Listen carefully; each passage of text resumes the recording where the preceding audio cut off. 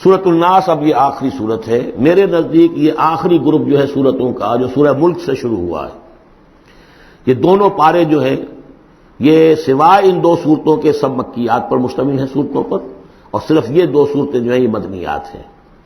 اور reciprocal note کر لیجئے، پہلا گروپ جو تھا اس میں مکی صورت صرف ایک تھی، سورہ فاتحہ، اور مدنی صورتیں 6.25 پارے پر پھیلی ہوئی، سورہ بقرہ، آل عمران، نساء اور مائدہ.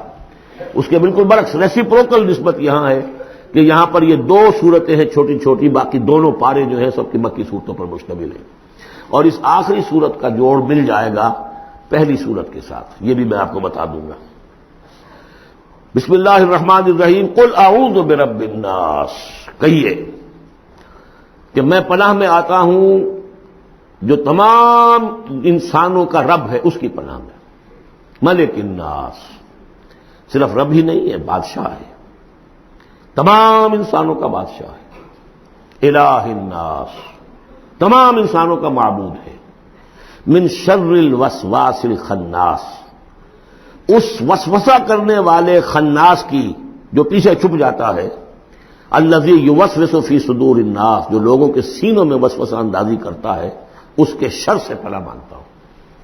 یہ جو شیطان لعین ہے جس کے بارے میں آتا ہے کہ ان الشیطان یجری من الانسان مجری الدم، حضور کی حدیث ہے یہ شیطان تو اس طریقے سے انسان کے وجود میں سرایت کر جاتا ہے جیسے کہ خون سرایت کر رہا ہے.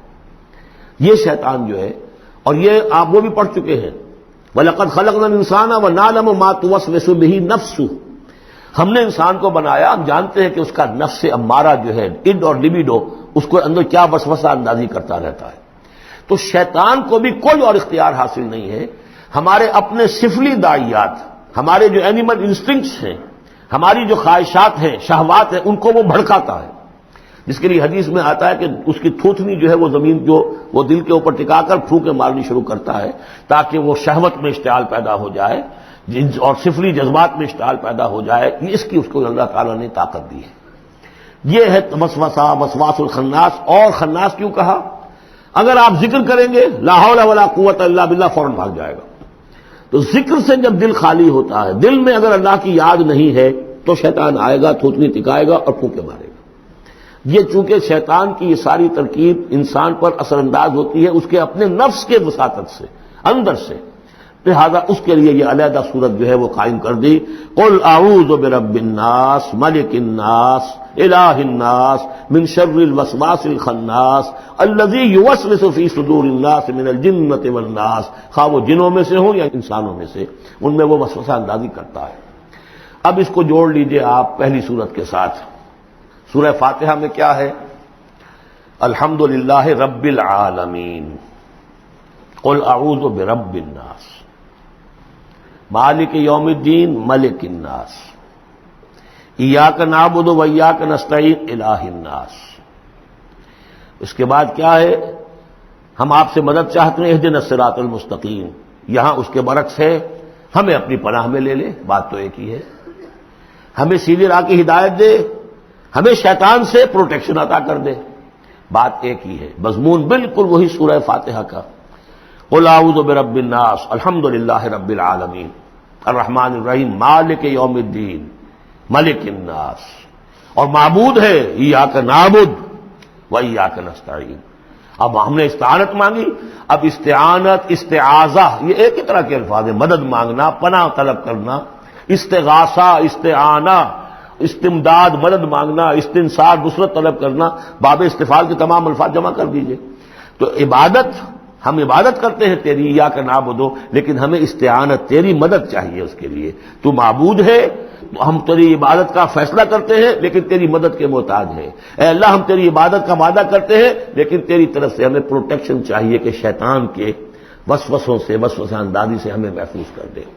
اس طریقے سے یہ سورہ مبارکہ ایک اعتبار سے مثنیٰ بن جاتی ہے سورہ فاتحہ کا، اور گویا کہ قرآن مجید کی آخری سورت اور پہلی سورت کے مابین ایک مشابہت قائم ہو جاتی ہے.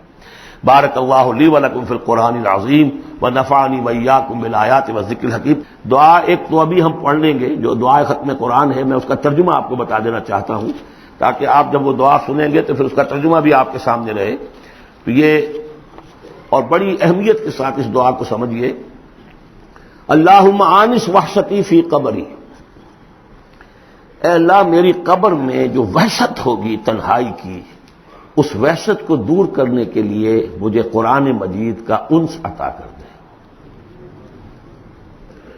واقعہ یہ ہے کہ میں جب یہ دعا پڑھا کرتا تھا، جس زمانے میں ابھی آتش جوان تھا، تو میں سمجھتا تھا یہ تو اضافی سا جملہ ہے، اصل تو آگے ہے اللہم ارحمنی بالقرآن العظیم وجعلہ لی اماما ونورا وہدی ورحمہ۔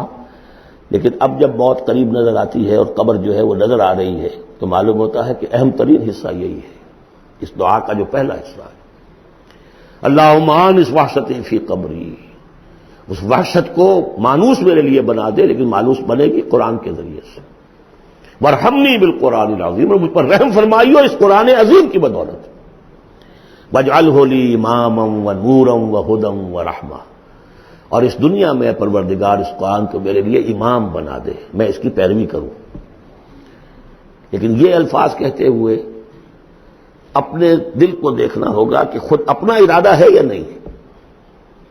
عزم ہو کہ ہاں اب قرآن کو اپنا امام بنانا ہے، اس کے پیچھے چلنا ہے، تب تو اللہ تعالیٰ سے دعا کرتے ہوئے بھی انسان جو ہے پھر اسے سجتی ہے یہ دعا، اور ایسا کوئی شعوری فیصلہ ہے ہی نہیں، تو پھر یہ ایک روٹین ہے، بس آپ نے ایک الفاظ ہے جو زبان سے کہہ دیے ہیں، ذالک قولہم بافواہہم، اپنے منہ سے نکلنے والی باتیں اور کچھ نہیں۔ وجعلہ لی اماما ونورا، نور بنا دے، وہدی، ہدایت بنا دے، اور رحمت بنا دے۔ اللہم ذکرنی منہ ما نسیت، اے اللہ مجھے یاد کرا دے اس میں سے جو میں بھول جاؤں۔ وعلمنی منہ ما جہلت، اور جس چیز کو میں اس میں سے جانتا نہیں ہوں، اور ہم تو سب سے جاہل ہیں، کتنے فیصد لوگ ہیں جو جانتے ہیں قرآن میں ہے کیا۔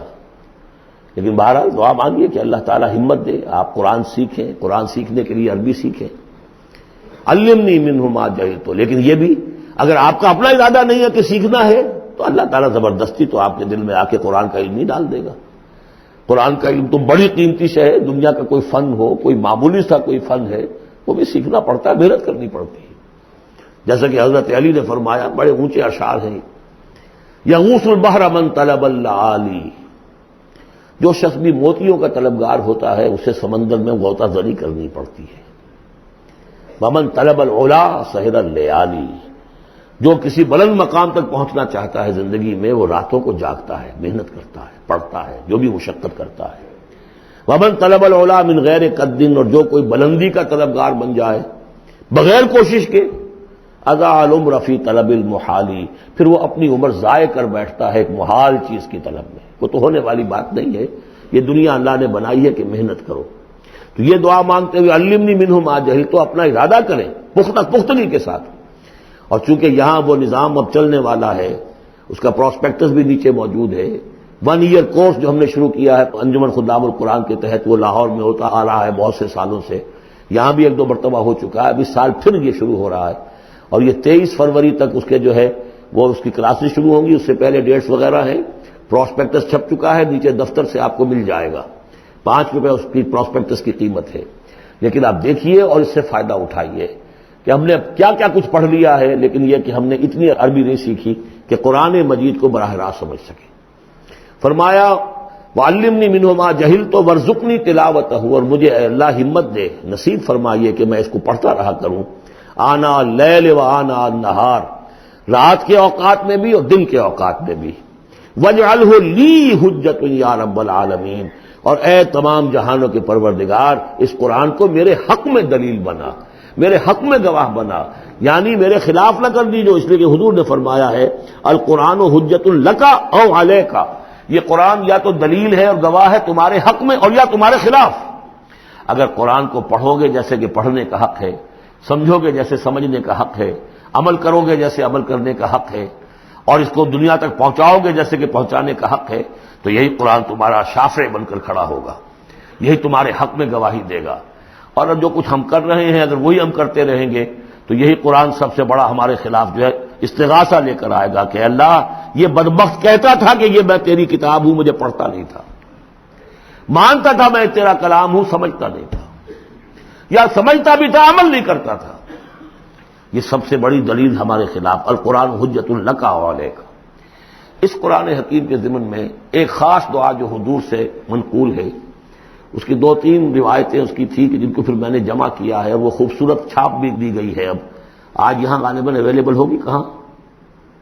آج یہاں کوئی تحفہ بھی آپ کو دیا جائے گا، یہ جو ابھی ہوگا ختم قرآن جب ہم تراویح میں کر لیں گے تو کچھ تحفہ بھی ہے، کوئی ایک کیسٹ ہے، ایک وہ دعا جو میں ابھی آپ کو سناؤں گا وہ بھی بہت خوبصورت طبع شدہ، کہیں لٹکا لیجئے اپنے پاس یا میز کے شیشے کے نیچے رکھ لیجئے، اسے یاد کیجئے۔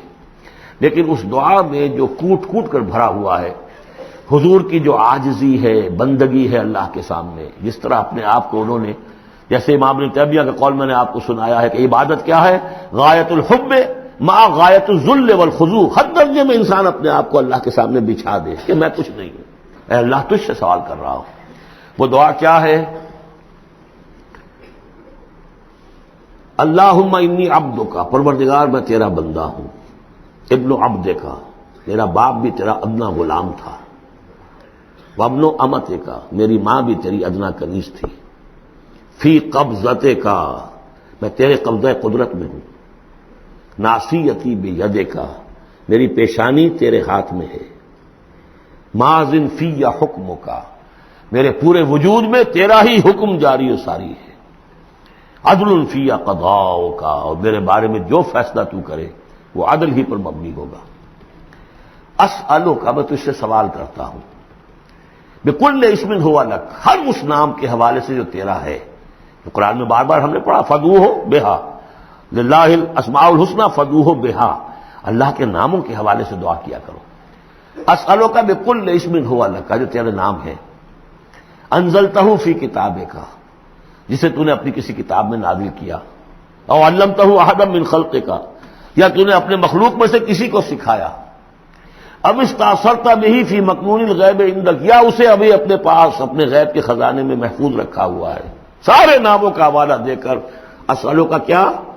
ان تجعل القرآن ربیع قلبی، اس قرآن کو میرے دل کی بہار بنا دے، ونور صدری، میرے سینے کا نور بنا دے، وذہاب ہمی، اور میرے ہموم اور غموم کا، غموں کا اور جو بھی تفکرات ہیں ان کا دور کرنے والا، جلا حزنی، میرا کوئی غم ہو، افسوس ہو، اس کو بھی ختم کر دینے والی چیز، اس کا ذریعہ اس قرآن کو بنا دے۔